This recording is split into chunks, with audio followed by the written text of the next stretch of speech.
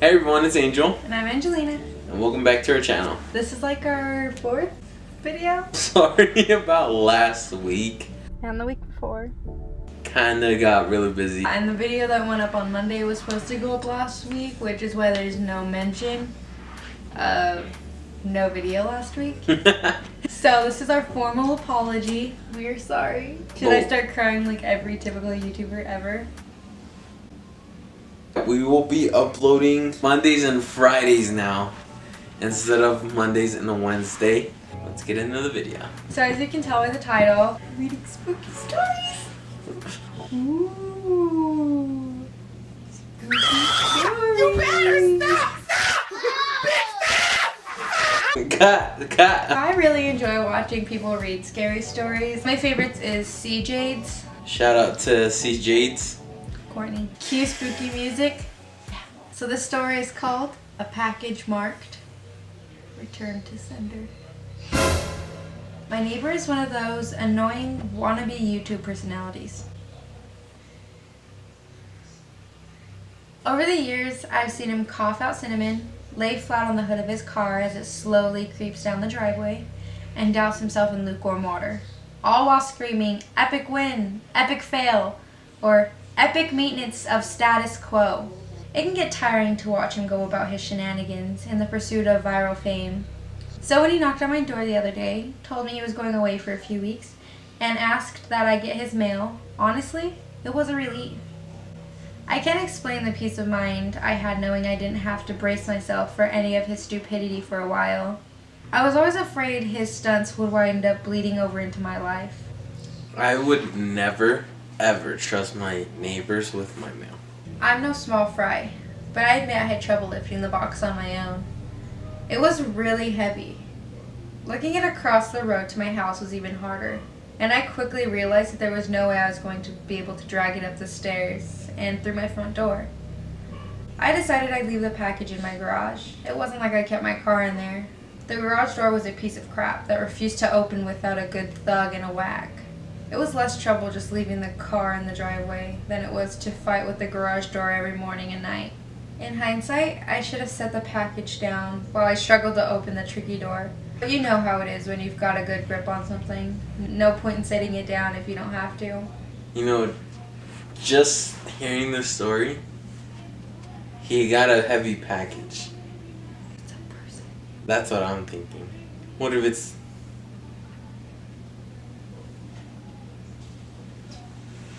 the YouTuber? Wait. It was as I kicked the door for a third time that I lost my grip on the package, and I fell to the ground. I heard a light crack inside. Crap!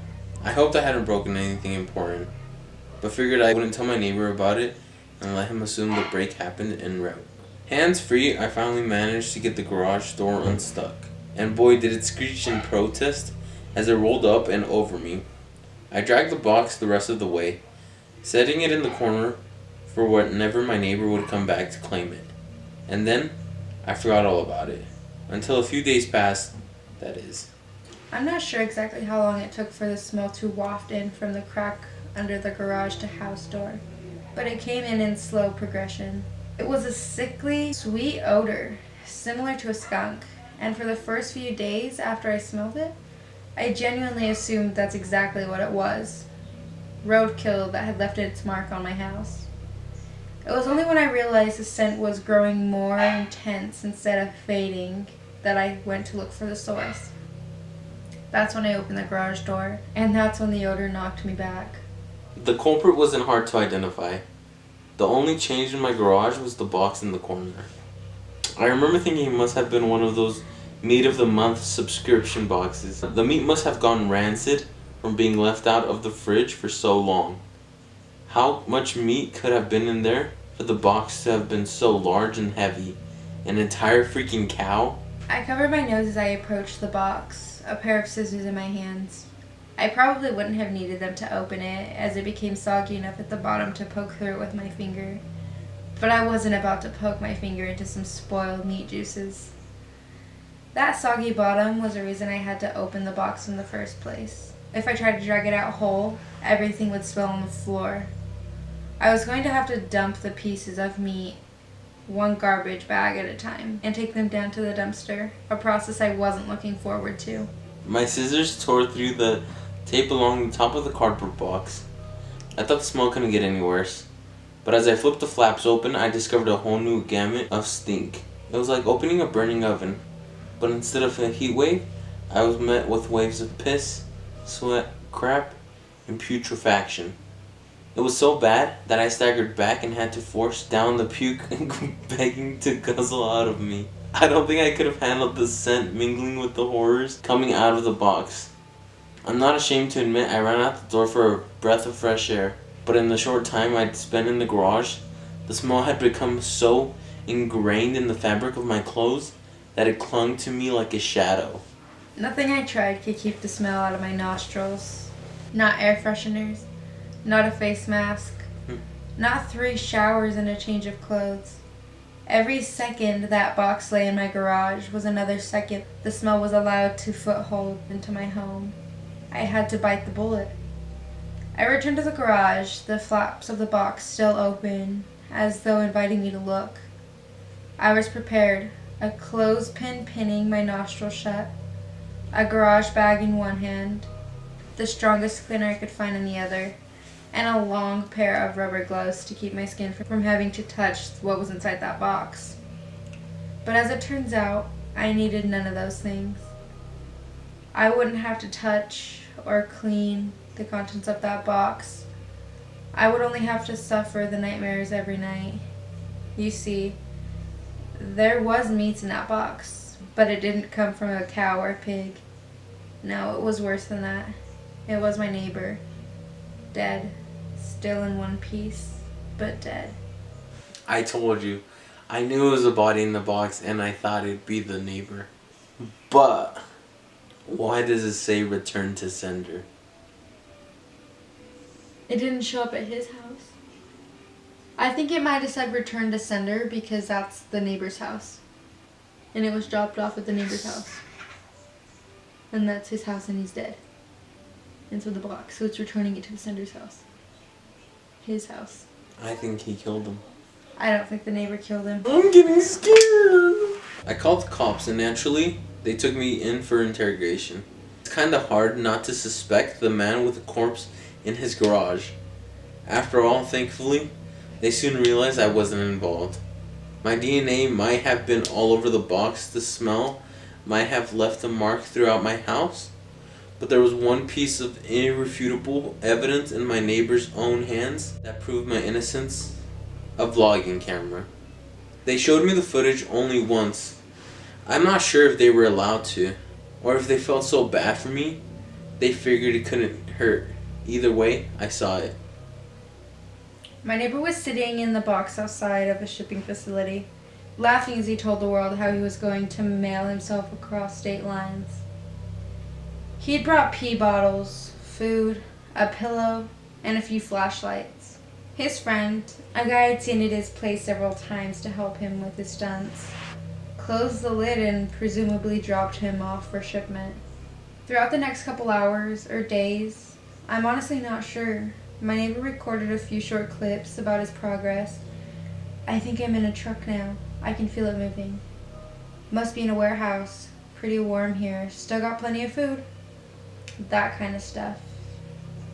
And then on the last entry, the box toppled over. He broke his neck, and that was it.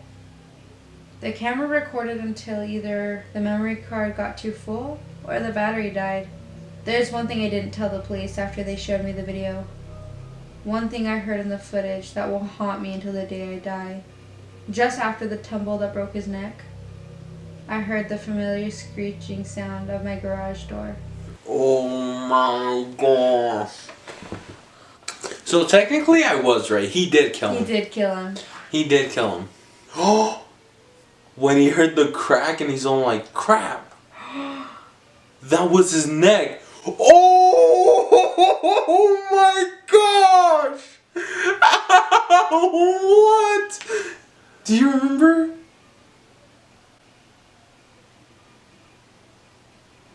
Dang, that was good. That was well written. That was good.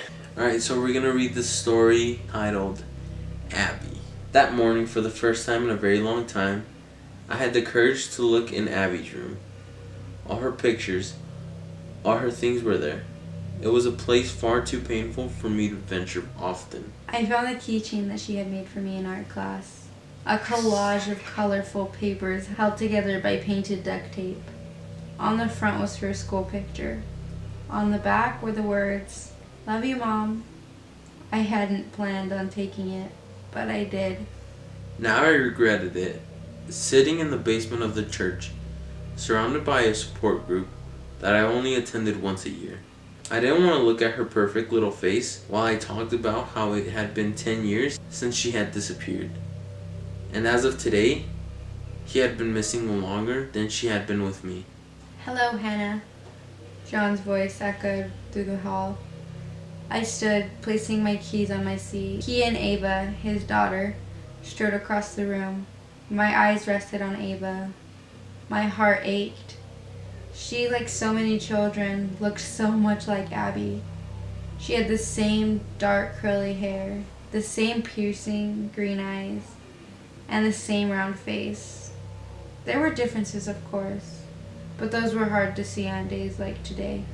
What if that's not Ava, but that's Abby? That's what I got. That's the vibe I got. We kept in touch throughout the coming years, never friends but not strangers, until tragedy struck again. 6 years after Abby had disappeared, John's wife died giving birth to their daughter. It was my turn to be his rock. We became inseparable. We dated for a short while, but it didn't work out. John wasn't ready for another relationship, and I wasn't ready to be a mother to a child that wasn't my own.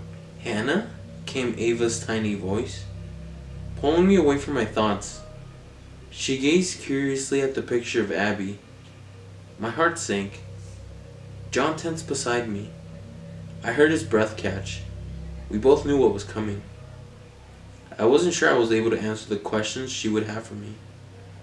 How did I explain a kidnapping? A missing girl without scaring her? Why do you have a picture of my mommy?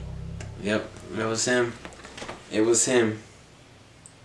So Ava is Abby's daughter, which is her daughter who was kidnapped by that guy.